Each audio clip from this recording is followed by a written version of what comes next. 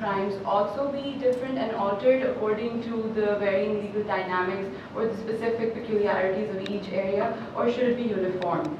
Could you please share your thoughts on that? I think legal peculiarities determine different responses for the simple reason that one, there are logistic differences. Apart from that, the nature of conflict or the nature of use of force is quite different. And then the force is being used against those individuals who have a different response towards the state. So if you have an individual who is a part of a non-state active group, his paradigm is completely different from someone in Karachi, for example. And he is believing in, let's say, a Khilafat association, where he believes that I am part of a transnational group and I want to attack this state in order to exercise control over it, over its territories. So he is into a completely different paradigm, and he has now withdrawn his neutrality in terms of Article 5 of the Constitution from the state, and he is attacking the state. So if you look at it from the legal prism, he is waging war on the state. There are a lot of law students here. If you read Section 121 Pakistan Penal Code, so it's a waging of war paradigm. So if I were to frame an offence or advise the police to frame an offence, the framing of an offence will be under Section 121 Pakistan Penal Code, read with Section 6 of 88, against an individual who is in the mode to attack the state. And in doing so, he thinks the state is not doing right. The state, I don't agree with the laws of the state, and I want to have my own apparatus, my own nizam, my own framework in the state. And then it leads us to yet another jurisprudence question. How do you position him?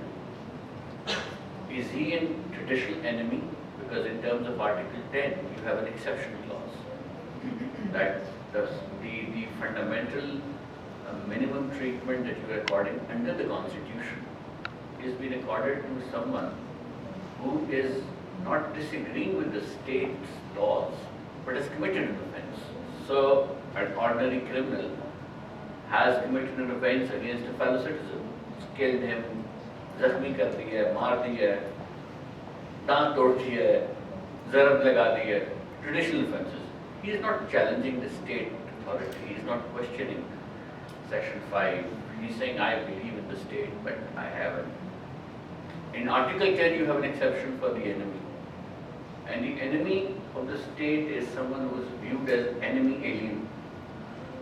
And the enemy alien is someone who is territorially alien to the state. Now, which basically means if there is a state which is in a state of war against you and it comes from that, he is a traditional enemy alien, and therefore he is disentitled to a lot of domestic law relief.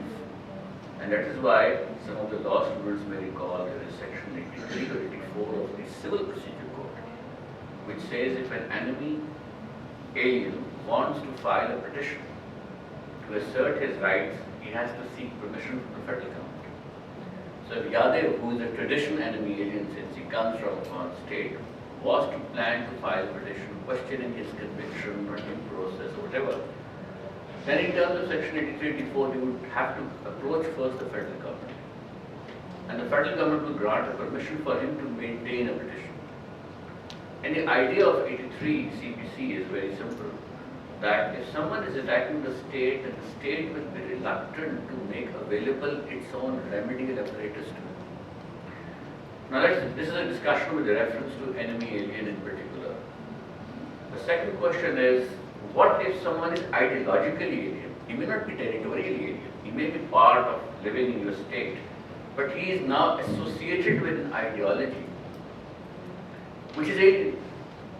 He is linked now mentally with a transnational group which doesn't care about the international borders, which doesn't care about international treaties, which doesn't care about domestic law. So how should the state treat him? Because now he's become ideologically alien to the state. I believe we do not have statutory space for that, but I believe we have a space which can be evolved through case law on the unique treatment that needs to be accorded. which means that once you are trying, so this was at a level of the jurisprudence, how do you treat it? But certainly, minimum guarantees of procedures have to be granted to anyone, notwithstanding whether he is enemy alien or he is a citizen of the state. And this publication is about those minimum guarantees that are to be accorded, because Pakistan has ratified ICCPR, which is National Covenant on Civil and Political Rights, and minimum standards have to be given. And if you remember the case of the military courts by the Supreme Court of Pakistan, they first examined if in the court-martial proceedings in the military courts, minimum standards are being ensured or not. And they examined for that the rules issued under the Army Act. So minimum standards have to be guaranteed. And I personally believe, since I mentioned this, that we wouldn't be needing the military courts if ATA courts were doing work which is truly their calling. What Zainab has been talking about in the first few slides.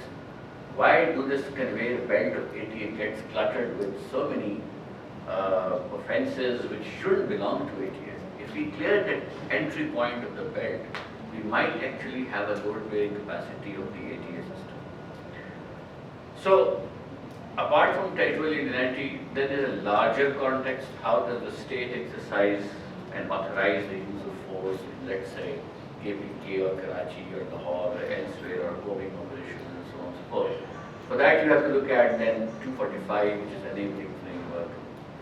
And that kind of determines the treatment of a suspect, kind of determines. Or whether ATA is being used. Because if ATA is being used in aid of civil power is being raised in the section 4.5 of the ATA, then again, the legal treatment differs. One example, the remedial framework is available if the aid of civil power is under ATA framework, which is High Court writ petitions.